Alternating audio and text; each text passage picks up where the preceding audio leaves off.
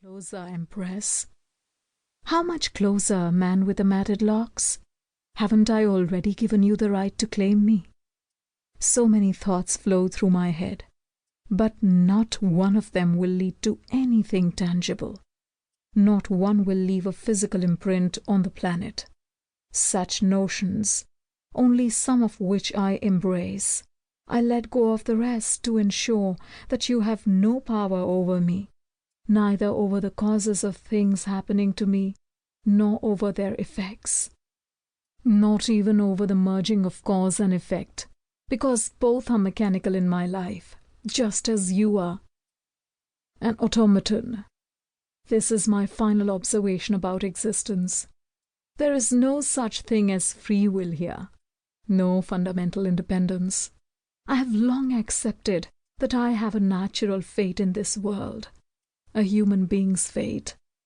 I am no one. Fate is everything.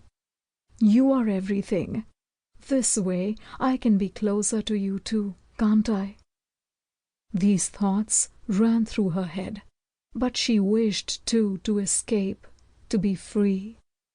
A strange force took hold of her. She jerked her arm out of his grasp, and the very next moment whirled around to strike at the figure with the matted locks. With all her strength, she lashed out at him, hoping that the impact would throw him off the train. The Past, Chapter 1. Homi heard Sulagno and Rajat Kanti talking on her way to the conference room. They were field reporters and were discussing some sort of tragedy. "This is fate, Rajada," Sulagno said. "What else can you call it?" Rajat was yet to light the cigarette clamped between his lips. "We don't know what fate is," he said.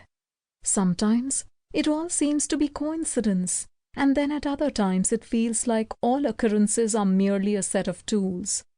The instruments used to ensure that what is predestined actually happens." Instead of continuing on her way, Homi walked back towards them to ask what had provoked this corridor discussion about fate when they should have been busy preparing for their prime-time bulletin. She found herself surprised by their conversation, as though she had never before heard that word, fate. "What's all this about, Sulagno?" she asked.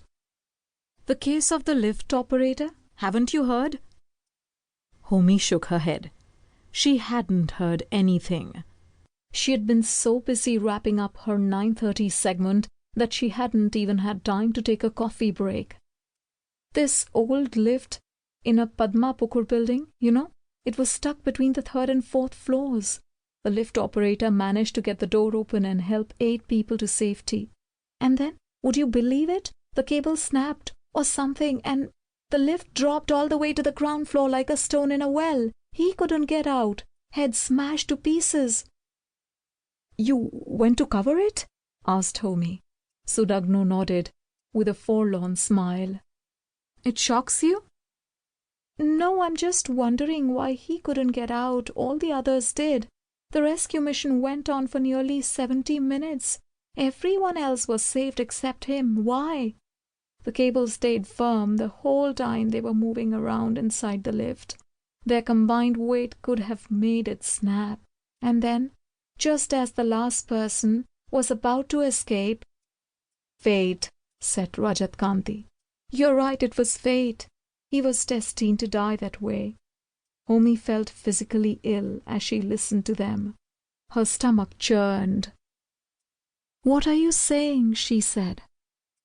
"Fate? What's that, Sulagno? Do either of you really think such things have a role to play in our lives?" Sulagno looked at her. "They do. Beyond a doubt they do. I know it's ultimately fate that drives us and nothing else. You can do what you like, but really you are nothing more than a fish caught in a net." Rajat Kanti's phone was ringing. "What are you looking so heartbroken for, Homi?" "Your fate will drag you to Park Street very soon. Bet on it." "Are you partying tonight?" Sulagno interrupted. "No," said Rajat Kanti, walking away.